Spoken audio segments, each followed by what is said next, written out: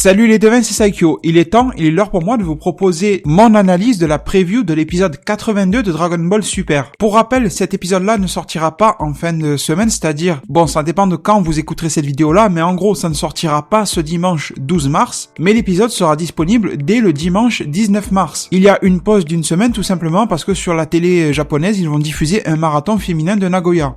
Bon, juste pour info, si vous trouvez ma voix un petit peu bizarre, je suis enrhumé, mais bon, voilà, on peut rien y faire, mais en tout cas, je suis là, super chaud pour vous parler de Dragon Ball Super, et surtout après cet épisode 81 qui nous a pas du tout laissé de marbre, et il y a beaucoup de choses à dire concernant l'épisode 82, et je vais profiter de ces 2 semaines justement de battement, de trou, de pause, pour vous proposer plus de contenu qu'habituellement concernant le prochain épisode. Et là, cette fois-ci, je peux même me permettre de vous proposer une analyse de la preview de l'épisode et une review du futur. Alors je pense que la review du futur devrait arriver entre dimanche 12 et lundi 13 mars. Comme ça fera une review du futur qui arrive une semaine avant l'épisode. Et comme ça, dans la semaine, ça nous laisse le temps d'analyser les choses de manière un peu plus terre à terre peut-être, mais surtout de se donner le temps ensemble de les décortiquer bien plus que d'habitude, et je pense que ça va être très bon pour nous. Même si on n'a pas d'épisode, on va arriver à compenser ça tous ensemble. Et justement, maintenant, rentrons dans le vif du sujet et on va voir image par image ce que nous réserve cet épisode 82 de DBS. Je vous avoue que pour moi, il reste quelques zones de flou, mais on va voir tout ça ensemble. Alors, dès le début de cette preview de l'épisode 82 de DBS qui nous a été bien sûr diffusé en fin d'épisode 81, on nous montre un Goku en Super Saiyan 1. Et je pense vraiment que tout comme dans cette preview, Goku va passer en Super Saiyan 1 très vite dans son combat contre Toppo, voire même au tout début. Il y a un petit truc qui me fait douter, on va en parler ensemble par la suite. Vous allez me donner aussi votre avis en zone commentaire, mais il y a un truc qui me fait douter par-ci par-là, vous allez vite comprendre je pense. Ensuite, on voit Toppo alors qu'il tient son propre bras, avec son bras gauche, il tient son bras droit, un peu comme pour retenir le recul d'une attaque en fait, comme si vous teniez une arme tout simplement dans la vraie vie, même si je suis pas un habitué des armes, à part 2-3 pistolets à billes quand j'étais enfant, mais vous m'avez compris, on sait plus ou moins tous qu'une arme ça a beaucoup de recul. Et là je pense alors que Toppo va nous préparer une sorte, pas d'attaque ultime, loin de là, mais une attaque un peu spéciale, un peu typique de lui, qui serait un peu comme une Gatling, vous savez, une fameuse sulfateuse, une sorte de grosse mitraillette on va dire, qui tirait des attaques plutôt rapides, un peu comme un super canon on va dire, pourquoi pas le super canon de la justice de Toppo. Sachant que Toppo est familier avec la notion de justice. Mais je pense que malgré le fait que ça soit sous forme de mitraillette, ça sera quelque chose d'assez puissant, mais que Goku va tout de même arriver à l'éviter assez facilement. Je pense que Toppo teste énormément les capacités de Goku. Du coup ensuite dans la preview on voit un Goku qui est en mode esquive, il vole de dos, on voit son regard concentré, voire même pas énervé, mais en tout cas quelque chose l'embête, il cherche à éviter quelque chose, vraiment ça se voit. Puis on a une image justement sur le fameux canon mitraillette de Toppo qui arrive à faire sortir une forte attaque de ki depuis chacun de ses doigts. Surtout que rappelez-vous que Toppo a de très grandes mains et donc de très grands doigts. Et ce que je dis là, c'est pas pour vous faire rire, mais c'est surtout pour vous dire que si ses doigts sont énormes, même s'il s'amuse à faire une petite attaque mitraillette avec ses doigts, eh bien c'est à la taille de ses doigts. On va dire que ces attaques de ki là sont quand même assez conséquentes en termes de volume, étant donné la taille gigantesque de Toppo. Ensuite, on voit la tête de Zeno ou des Zeno, je pense qu'on voit les deux sur cette image-là. Mais en tout cas, ils tournent chacun leur tête de droite à gauche. Et je pense que, malgré qu'ils soient les êtres divins supérieurs maximum de ce qu'on veut, ils n'arrivent pas à suivre vraiment la vitesse de ce combat-là. Et d'ailleurs, ça en redit long, encore une fois, sur les capacités de combattant de Zeno. Vous avez vu que même sur un combat debout contre Basile ou des choses comme ça, eh bien, en fait, Zeno, il est vite ébloui par pas grand-chose. Pas grand-chose, vous m'avez compris, du combat de niveau Super Saiyan 1, c'est beaucoup. Mais quand même, de la part d'un dieu suprême, on s'attendrait pas à ce qu'il soit surpris. Vous avez très bien vu que le grand prêtre, on nous a dit qu'il était le mec le plus fort. Et il voit des combats de Goku Super Saiyajin Blue et tout ça, le mec, il bouge pas, il branche pas. Ça veut dire que lui, il est pas impressionné. Et surtout qu'il arrive à suivre. Mais Zeno, on a la preuve qu'il n'est pas un combattant. Tout simplement parce qu'il n'arrive pas à suivre un combat de Super Saiyan 1 tout en étant le dieu suprême. Vous comprenez qu'il y a quelque chose qui colle pas trop dans l'histoire. Ensuite, on a une image où l'on voit Goku face à Toppo. On a Toppo qui est de dos, enveloppé d'une aura de ki rougeâtre, qui a l'air un peu brûlante, qui a l'air d'avoir un certain grain, on va dire, à l'image, un peu comme un ki divin. Je doute que ça soit du ki divin, mais c'est vrai que ça serait très intéressant à savoir que d'autres mortels dans le multivers, en dehors de Goku et Vegeta, on va mettre Mirai Trunks de côté, c'est une autre chose, et bien qu'ils ont réussi à obtenir du ki divin. Parce que les Saiyans soient encore les seuls privilégiés parmi les 12 univers, ça fait encore un peu gros à avaler. Surtout qu'on nous a dit que Toppo, n'hésitez pas à aller voir ma vidéo sur ça, je vous mets le lien en description, c'est la vidéo qui s'appelle Info sur Toppo. Dedans, on a des spoilers officiels de la part de la Toei Animation nous disant que Toppo est le Akaishin candidat de l'univers 11. Donc ça serait pas illogique qu'il ait pu s'entraîner avec son propre ange histoire de se faire tester, de s'éveiller au ki divin et tout ça. Ça serait pas une possibilité à éviter. Mais bon, pour le moment, je vous avoue que je suis sceptique. Je suis toujours en train d'analyser ça pour faire une review du futur en béton, on va dire. Cette fois-ci, cette semaine, j'ai vraiment le temps de vous faire une review du futur et d'emmagasiner des éléments, donc je vais essayer de mettre le paquet en tout cas. Et c'est pour ça que je me permets aujourd'hui d'être un tout petit peu plus léger, peut-être même un petit peu moins précis, mais au moins ça nous permet d'ouvrir le débat ensemble et j'espère que vous apprécierez. Mais sinon, j'aimerais vous parler de cette fameuse puissance de Toppo. On a bien sûr Goku qui nous dit que Toppo, le guerrier de l'univers 11, est un incroyable adversaire avec une grande puissance. Et encore que là, je vous dis ça par rapport à une trad FR que j'ai récupérée, mais sur la trad officielle de Crunchyroll USA, qui est affiliée avec la Toei Animation, les termes sont nettement plus forts. C'est-à-dire que Goku vraiment met en valeur Toppo, dans le sens où c'est un combattant incroyable, enfin vraiment il encense Toppo, beaucoup plus que dans la traduction FR. Alors si j'associe cette phrase de Goku aux infos de la Toei Animation nous disant qu'il est le Akaishin prétendant pour succéder à Vermouth, ou Vermouth un peu comme vous voulez, le Akaishin clown, eh bien je dirais que Toppo n'est pas un rigolo. Je pense que malgré ses petites jambes, malgré le dab qu'il nous a fait, malgré ses poses de bodybuilder et son spectacle, son show sur la justice et tout ça, je pense que Toppo est vraiment très très fort. Rappelez-vous en épisode 80, celui qui vient de passer là la semaine dernière, Toppo dit à son Kaioshin, attends, j'évalue la puissance de Son Goku, je vais voir ce qu'il vaut. Et ensuite, Goku a utilisé le Super Saiyan 1, mais ensuite il est passé en Super Saiyajin Blue, et ensuite il a actionné sa forme Kaioken x1 par-dessus le Super Saiyajin Blue. Donc on avait un Goku surpuissant. Ok, Goku peut passer en Kaioken x10 dans l'animé, mais quand même, un Goku Super Saiyajin Blue Kaioken x1, c'est quasiment le top du Goku, on va dire. Je pense que vous m'avez compris. Donc en fait, si je résume, Toppo, il a vu un gars sorti de nulle part, à savoir Goku, qui d'un coup lui sort du ki divin. Rajouter à cela du Kaioken. Goku a l'air vraiment super énervé quand il est dans cette forme-là. Il sort des auras bleues, des éclairs, une aura rouge par-dessus, un truc super impressionnant, un Kamehameha gigantesque, je vous mets l'image à l'écran de quand Goku a envoyé sa vague de ki contre Bergamo, c'était vraiment énorme, ça a complètement pris la taille de toute l'arène, de tout le ring. Et Toppo, il se dit à la fin du combat, bah écoute, je vais y aller, je vais foncer quand même. Alors soit le mec il est complètement con, un peu comme Mister Satan qui foncerait face à Cell, en croyant que c'est de la magie ou je sais pas quoi, soit alors Toppo sait parfaitement ce qu'il fait, et il sait parfaitement qu'il a du répondant, même face à un Goku, même face au Ki Divin Super Saiyan Blue et tout ça, il sait qu'il a du répondant pour de bon, et ça me semble être beaucoup plus logique. Moi, honnêtement, si je suis à la place de Toppo, si je vois que je suis bien plus faible que Goku, je vais pas foncer en plein milieu pour le défier, je vais plutôt me dire, bon écoute, moi je vais aller m'entraîner, et advienne que pourra, on verra ce que ça donnera. Ou alors, si je sens que je suis de niveau un petit peu plus faible, équivalent, ou que je sens que j'ai un peu méchance face à Goku, allez, je vais peut-être sauter en plein milieu, mais je vais pas faire le beau, à faire des dabs, à faire des machins, à le provoquer, à lui dire allez amène-toi, tu es le méchant, je vais m'occuper de toi, je vais te faire goûter ma justice ou je sais pas trop quoi.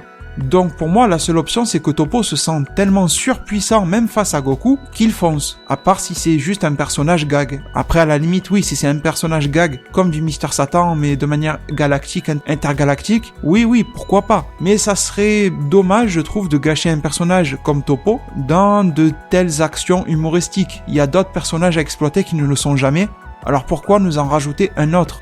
Et concernant la puissance de Toppo, j'aimerais ouvrir un autre sujet qui est lié à tout ça en fait, c'est celui de la puissance des Akaishin. Je vais m'expliquer, ne vous inquiétez pas, je vais pas commencer à partir dans tous les sens, je veux en venir à quelque chose de très précis en fait. On nous dit que Toppo est le Akaishin hypothétiquement remplaçant de Vermouth, donc un Akaishin candidat de l'univers 11. Et de suite, quand on pense à Akaishin, on pense à Beerus, et bien sûr on pense à Champa aussi, et à tout ce qui nous a été dit sur les Akaishin, leur pouvoir destructeur. Beerus a déjà dit dans la série auparavant à Goku, méfie-toi, d'autres Akaishin sont bien plus brutaux que moi.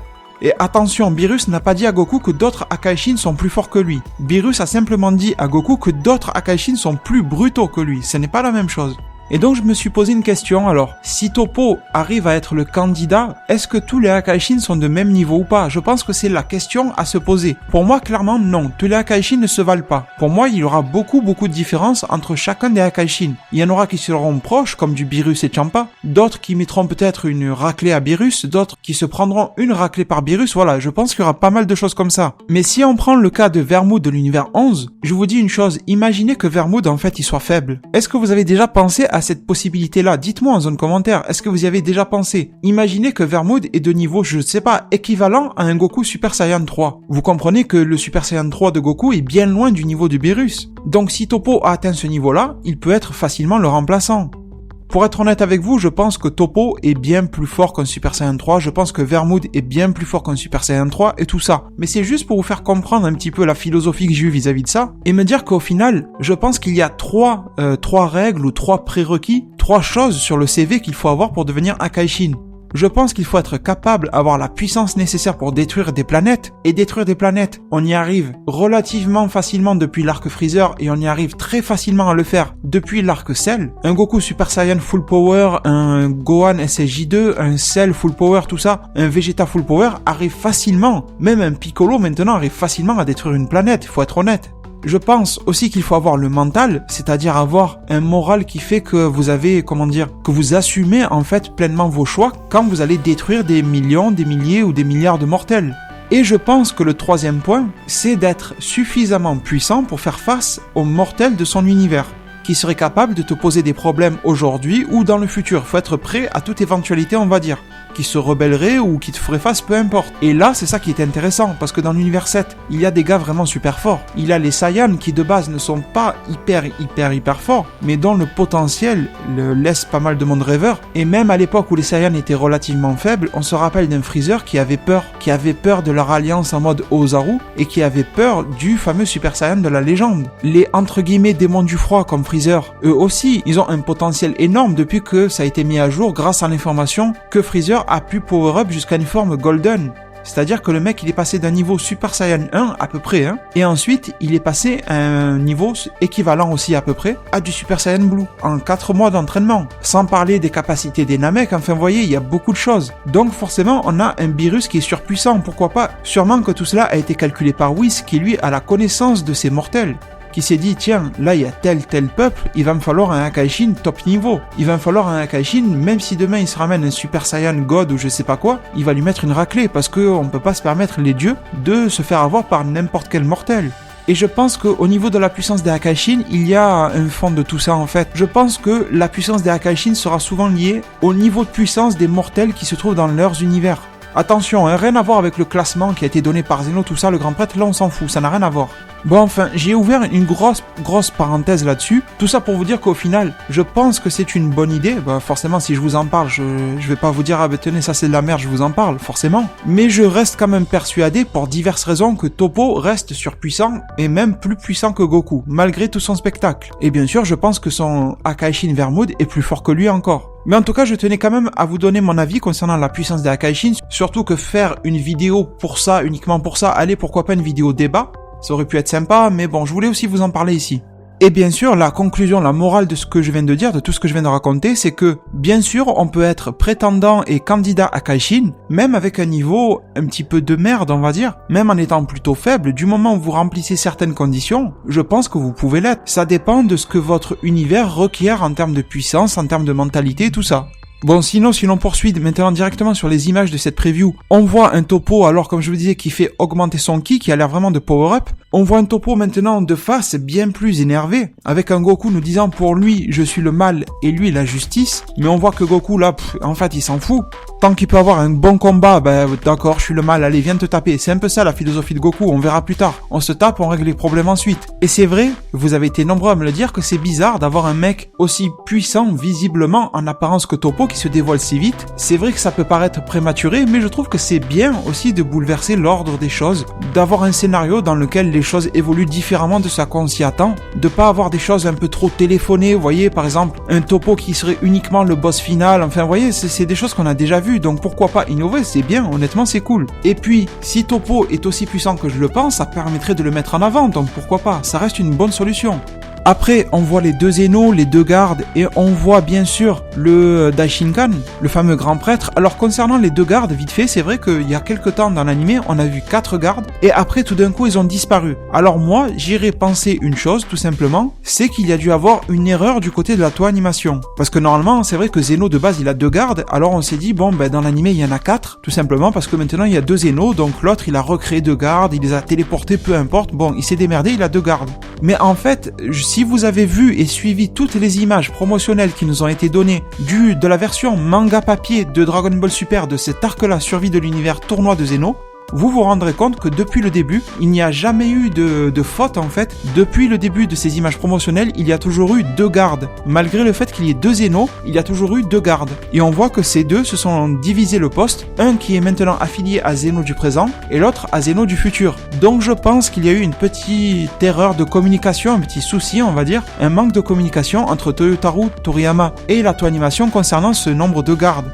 Et qu'après, l'épisode était diffusé, l'erreur était commise et l'erreur est humaine et à la limite on va pas les blâmer pour ça. Mais après ils ont tout fait pour se corriger en fait, tout simplement. Ils sont revenus à ce que Toyotaru Toriyama avait prévu, c'est-à-dire 2 gardes, un pour celui du futur et un pour celui du présent. Et je tends à penser que ça va rester comme ça. Je pense vraiment que les 4 gardes, déjà ça fait beaucoup visuellement à afficher, et ça nous en dit encore un petit peu plus long sur la puissance de ces gardes-là. Parce que si les Zeno avaient jugé nécessaire d'en garder 2 chacun, ça voudrait dire que ces 2-là ont un niveau de puissance et un niveau de protection utile à Zeno que s'ils marchent par 2. Ça veut dire que tout seul, il y aurait des failles ou quoi que ce soit. Or là, non. À la fois le manga et l'anime nous montrent que un garde suffit à Zeno. Donc attendez-vous à ce que ces gars-là soient aussi surpuissants. On en parle peu, on en parle presque jamais. J'ai remarqué que vous avez été très nombreux à me poser la question sur eux. Là, à première vue, ma petite prédiction vraiment à chaud serait que ces mecs-là sont à un niveau entre les anges et le grand prêtre. Un palier intermédiaire en termes de puissance. Pas forcément de quoi mettre une raclée à Whis, mais au moins de bien se le maîtriser, tandis que face au grand prêtre, il ne ferait pas un pli. Voilà, c'est un peu ça mon sentiment vis-à-vis de tout ça. On a une image ensuite sur Kai, le Kaioshin de l'univers 11, Vermood, et bien sûr l'ange Harley Quinn, vu qu'on connaît pas son nom, je vais l'appeler Harley Quinn, comme ça tout le monde se comprend, qui sont les 3 en train de sourire. Ça veut dire que à ce moment-là, il y a sûrement Toppo qui est en train de dominer le combat, et juste après on nous montre un Goku qui se fait attraper directement de dos par Toppo. Je pense que Toppo, vu la taille de ses bras, il doit cacher une grosse puissance à l'intérieur. C'est un peu cliché, un peu facile à dire, mais ça ne serait pas étonnant en fait. Je pense que ces bras-là doivent très bien lui servir aussi bien défensivement que offensivement.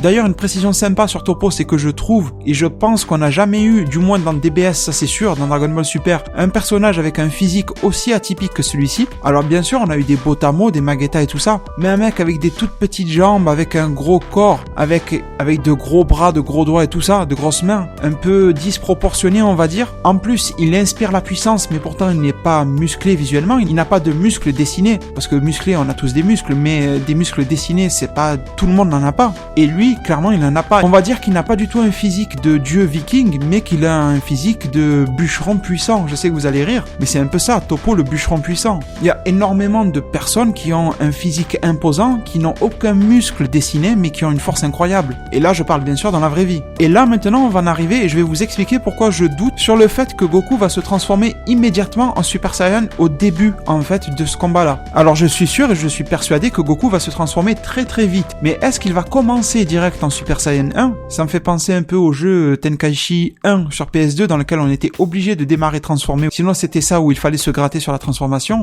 Et heureusement que ça a été mis à jour sur les jeux suivants. Bon, ça c'est un autre sujet. Et du coup, cette image-là que l'on voit peut être révélatrice de pas mal de choses. On peut soit en juger que c'est la fin du combat entre Toppo et Goku qui va le finir comme ça. On peut alors se dire que Goku a commencé le combat en forme normale et que il va se sentir vraiment étouffé, c'est clairement le cas de le dire, et qu'il va passer en Super Saiyan 1. Un peu comme Goten face à Kid Trunks, le petit Trunks, dans le tournoi junior d'arts martiaux, et qu'il a été attrapé par Trunks et qu'il s'est senti obligé d'utiliser le Super Saiyan 1 pour s'en sortir. Ça pourrait donner une scène assez sympathique. Attention, ça ne voudrait pas dire que Toppo est plus faible qu'un Super Saiyan 1, mais c'est-à-dire que le power-up du Super Saiyan 1 est tellement surprenant que Toppo n'aurait pas le temps vraiment d'ajuster sa propre force pour contenir Goku. Je pense que vous m'avez compris. Et si je poursuis, je vais vous expliquer clairement pourquoi j'ai de gros doutes sur le fait que Goku puisse justement démarrer le combat direct en Super Saiyan 1.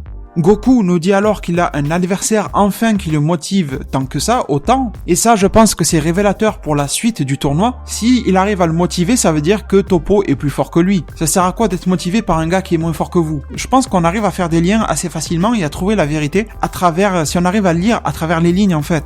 On voit Beerus s'interroger. Bon, à vrai dire, c'est difficile de vous faire une prédiction sur ça, vu le peu de temps que ça dure. Il a pas l'air forcément inquiet, mais au moins de s'interroger. Je pense qu'il fera sûrement une remarque concernant l'univers 11, encore ces gars-là avec leur justice, ou quelque chose comme ça. Je pense que ce sera une info révélatrice de ce qui nous attend dans l'univers 11.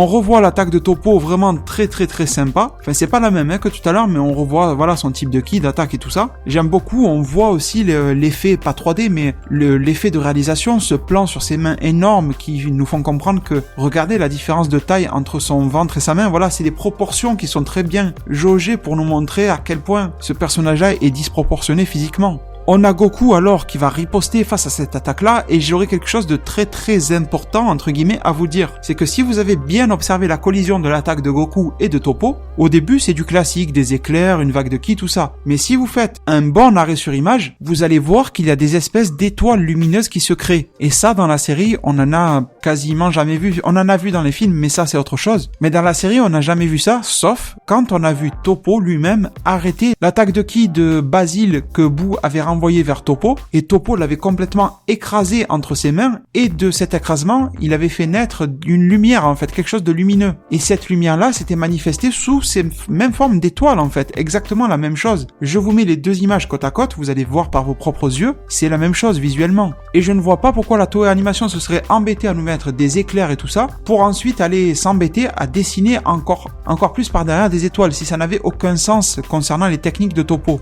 Pour moi, c'est tout à fait logique que ça ait un rapport, même si c'est minime. Des étoiles qui s'affichent pendant une fraction de seconde, je suis d'accord avec vous, c'est un élément minime. Mais ça peut prendre son sens. Est-ce que ça pourrait être révélateur du fait que Toppo peut détruire l'énergie adverse, toute forme d'énergie, et qui peut même le faire à distance? C'est-à-dire que là, Toppo a envoyé son propre ki contre celui de Goku, et le ki de Toppo a fait que celui de Goku a été annulé, a été écrasé, un peu comme s'il avait écrasé entre ses mains.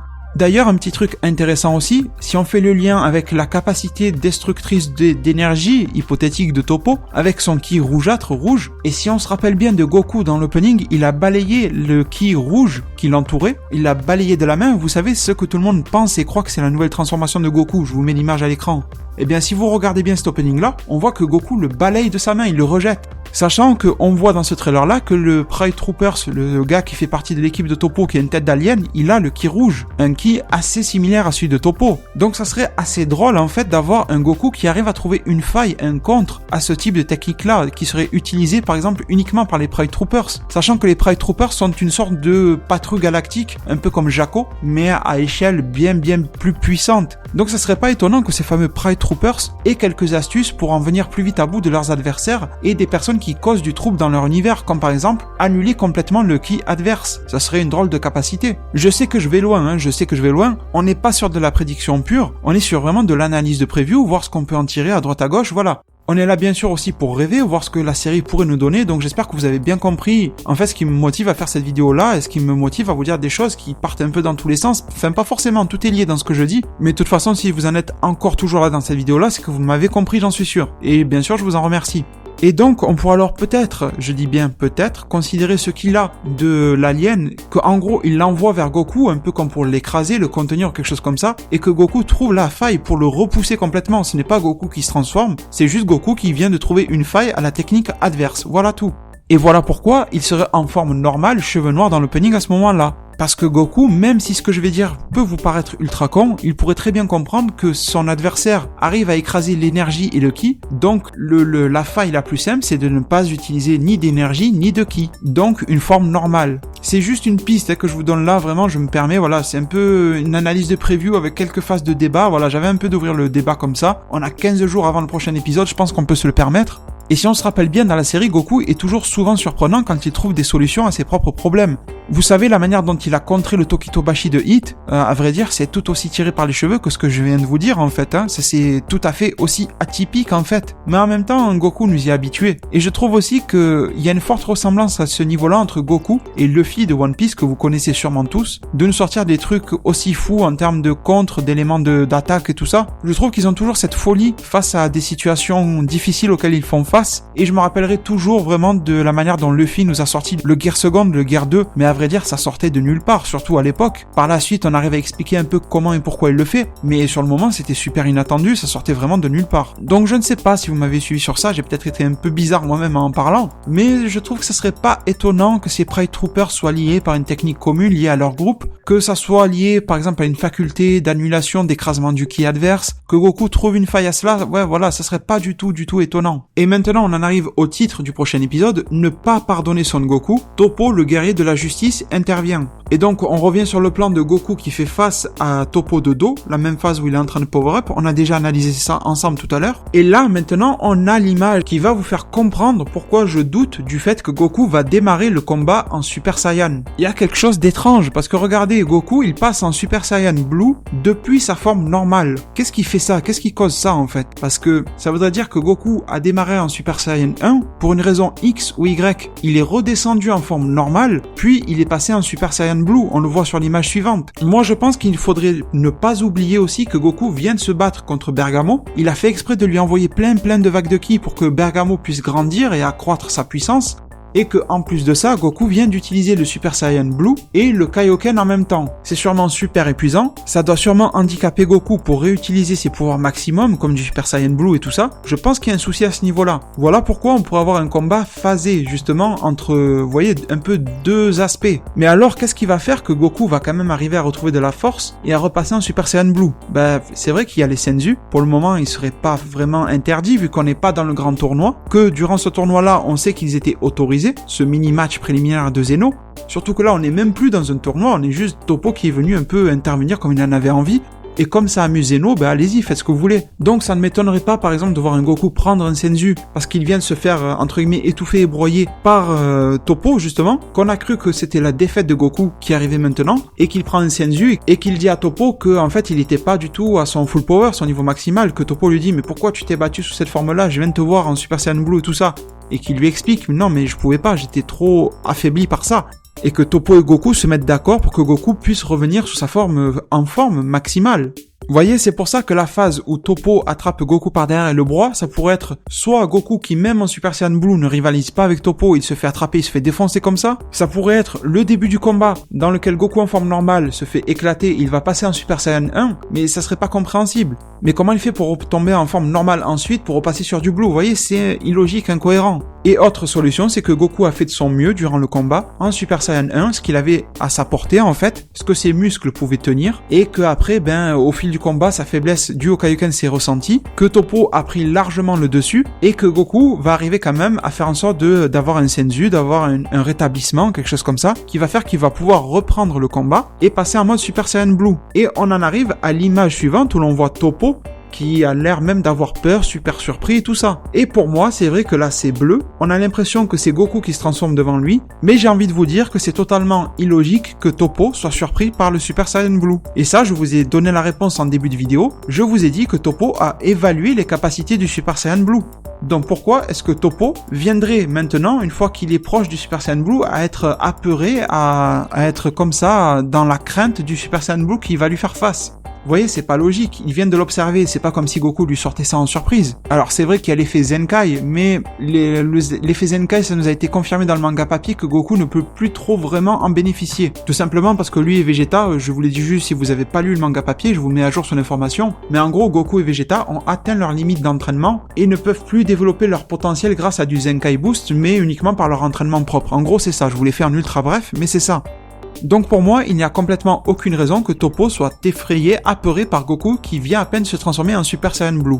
Surtout que Toppo vient de dominer Goku en Super Saiyan 1, donc Toppo devrait se sentir supérieur. En plus, le ki de Goku n'est pas censé pouvoir être ressenti, donc pourquoi est-ce que Toppo en aurait peur vu qu'on ne peut pas le ressentir? Vous voyez, il y a beaucoup d'éléments qui me font penser que la Toei se joue énormément de nous durant cette preview-là, et que ce n'est pas de Goku dont Toppo a peur. Et vous allez me dire, mais de qui? Je pense qu'il y aura une interruption. Ce combat n'ira pas à son terme. Je ne pense pas que ce combat-là ira à son terme et qu'il va être interrompu par sûrement une instance divine qui va pouvoir dégager cette lumière bleue. Un grand prêtre, quelque chose comme ça serait très cool d'avoir le grand prêtre qui se met au milieu et qui sépare pour X ou Y raison un Goku d'un Toppo.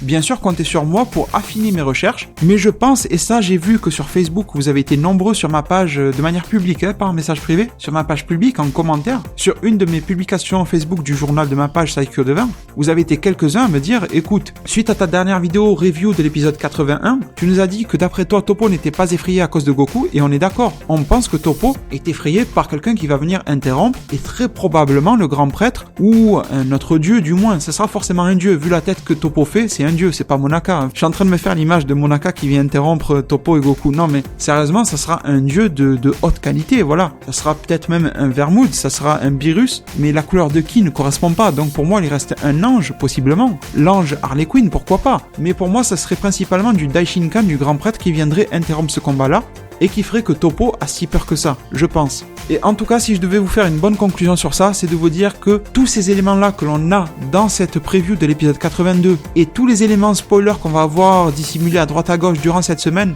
vont vraiment m'aider à vous faire une putain de review du futur de l'épisode 82. Comptez sur moi pour ça. Je vais faire vraiment de mon mieux pour vous donner une bonne review du futur de cet épisode-là. Pour toutes les personnes qui découvriraient ma chaîne, je vous salue et je vous dis juste qu'une review du futur, c'est un concept original et innovant sur ma chaîne que vous ne trouverez qu'ici en fait, dans laquelle je vous fais une review complète d'un épisode une semaine avant qu'il soit sorti. C'est un pari fou et risqué, mais justement j'aime bien ça le risque. N'hésitez pas à checker sur ma page YouTube ma review du futur de l'épisode 80. Je vous mets aussi le lien en description si vous voulez tâter le concept, on va dire. Et sinon, comptez sur moi pour revenir vers vous avec de nouvelles vidéos très prochainement. Je me suis fait toute une liste. Là, j'ai beaucoup de contenu à vous proposer. J'espère que je trouverai le temps de vous bosser tout ça. Donc, n'hésitez pas à venir me dire en zone commentaire de cette vidéo ce que vous pensez de tout ça. Et maintenant, je vais vous remercier énormément de m'avoir suivi durant toute cette vidéo. Et je vais également vous laisser sur ces mots. Prenez soin de votre futur. Le meilleur moyen d'y arriver, c'est de vous abonner à ma chaîne, de la partager, la liker et la commenter un maximum de fois pour que notre communauté puisse se développer le plus possible sur YouTube. Merci et à plus pour de prochains arts divinatoires.